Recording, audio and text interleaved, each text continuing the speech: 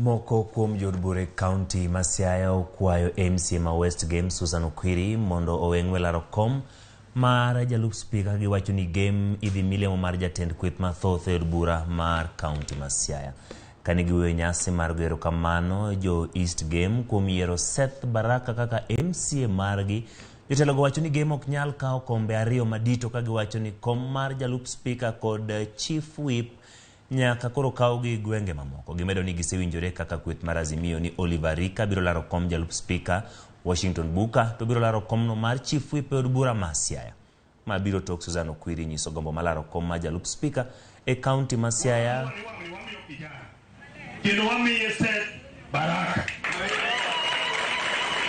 Wach maro deputy speaker were uru. Wach kelo ng'ama dhi wacho weche deputy speaker onge power.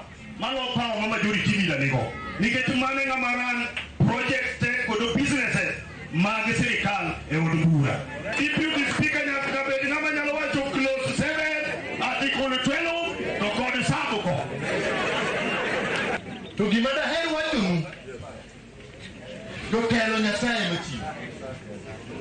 Elisha Nyanika uneno ka gigo ochapni mara ya mwisho Nyasaye okele ni en mamondo koro timang'o.